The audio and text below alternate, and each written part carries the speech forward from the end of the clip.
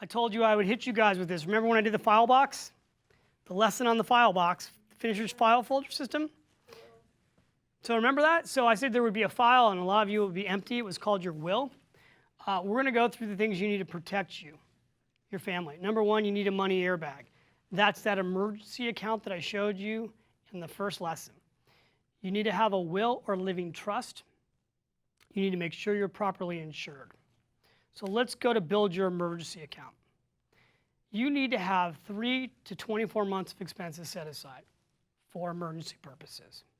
It should be safe, not attached to checking, not attached to an ATM, not attached to a credit card. Where do you find these accounts? Go to bankrate.com. There's an entire list of all the highest paying money market accounts. Look at them. So on average, banks are paying right now, anybody know what they're paying? Well, 0%, but On average, they're paying pretty much close to zero, like 0 or 0.110, 1/10 of 1%. It's sort of sad because when I used to write, in the beginning when I wrote books, the rates were 7%. I know, wow, right? I remember when my dad was teaching those classes and money markets were 13%. Now, interest rates were a lot higher then too, so it was all. Here's another website. I think we have another website here. Where do you put it? So these are the places to put it. Money market accounts, CDs, U.S. savings bonds, Treasury Direct, savingsbonds.gov. These are all great places to put emergency money. The whole key to emergency money, again, is for emergency purposes. You're not going to touch it. You're not going to use it. You're going to leave it there for emergency purposes. On Treasury Direct and savingsbonds.gov, actually, believe it or not, the rates can be somewhat rather decent. Like often they're like higher, much higher than what you're going to get at a bank. You can invest with as little as $50. You can invest automatically. So go check those websites out. I want to give you a new website called Magnify Your Money, magnifymoney.com.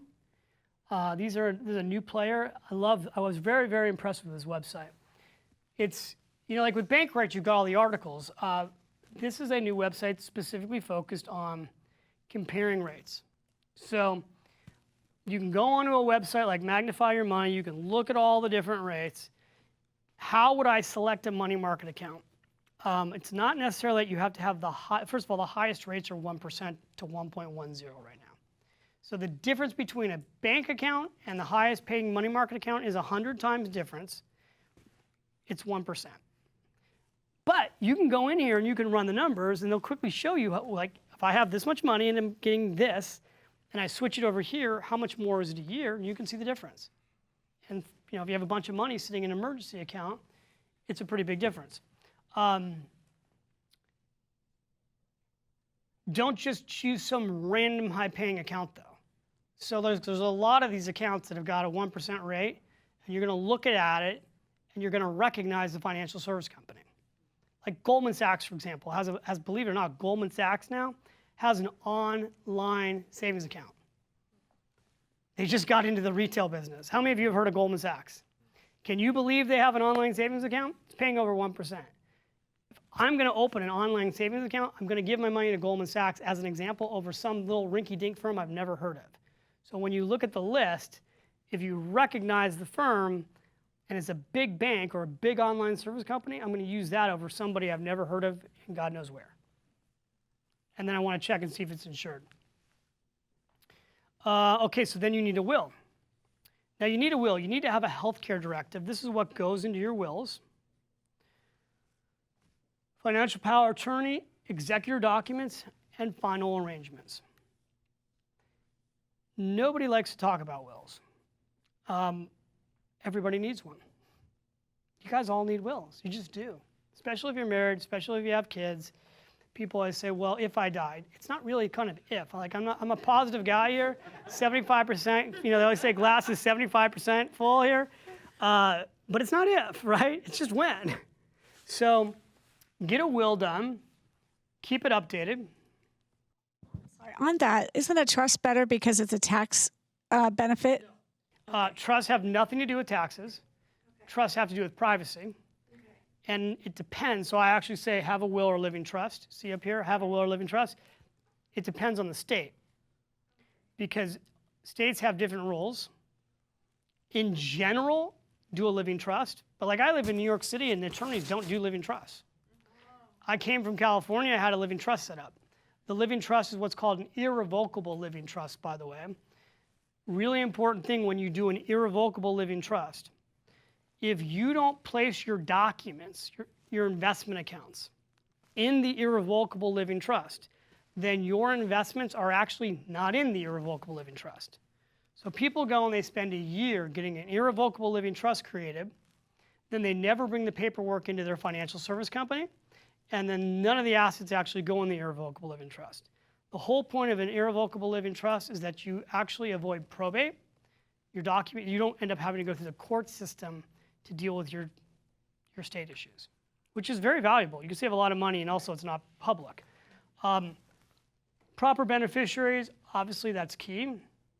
Family knows the location. Consider hiring an attorney to develop this. So let me tell you what people do in the real world. They go and they get a will done. They're super proud of themselves. Then they hide their wills. Then they die and nobody knows where the will is. Now, if you're really sophisticated, you go and get a will, and where do you think you hide it? Lawyer's office is actually a good place because the lawyer would know about it.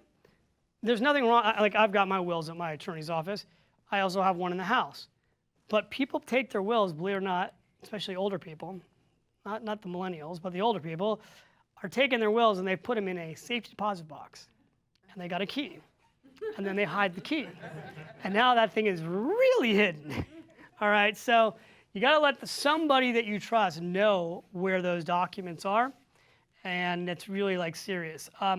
Here's a self-do-it process. If you're not going to go meet with an attorney and you want to go do a will easily, these guys probably make the best, simplest, easiest tool I know to do your will at home. It's nolo.com. This is Quicken Willmaker. They update it every year. This is better than not doing it. All things being equal, I'd rather have you go to an attorney. This is better than not doing it. And the next thing we talk about is life insurance. So, do you need life insurance, yes or no? Yes. Yes. Depends.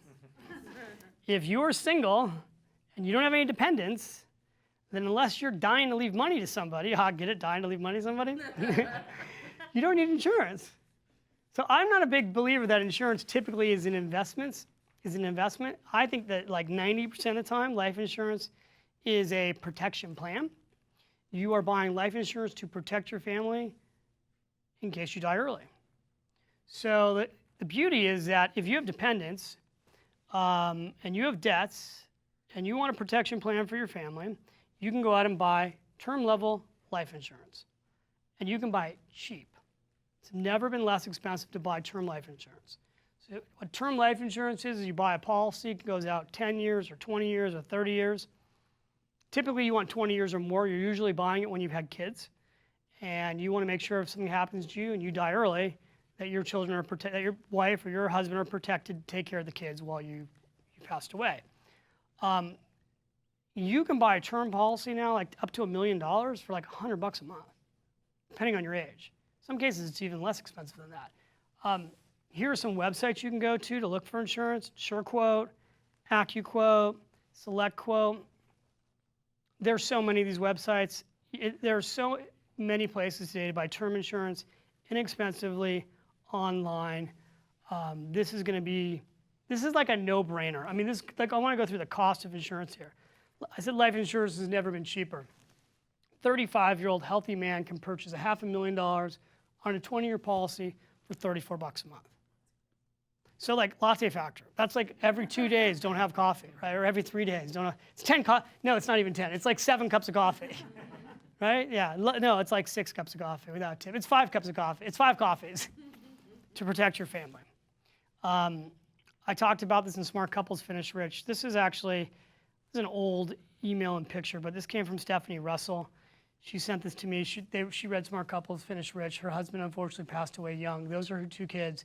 And she wrote to me and she said the best piece of advice we were able to follow was to purchase life insurance. It was a small step that allowed me peace after my husband's passing. My boys and I will be able to live comfortably after his passing. It's all because we followed your sound, smart advice. Thank you, David. Your advice saved us. She's just somebody who read one of my books. I hate to hear stories of people losing their husband at a young age, but the average age of widowhood in this country is 56 or 57. I know. I'm dead. So, well, widowhood, because men are the ones that pass away. That's right. So, yeah, it matters.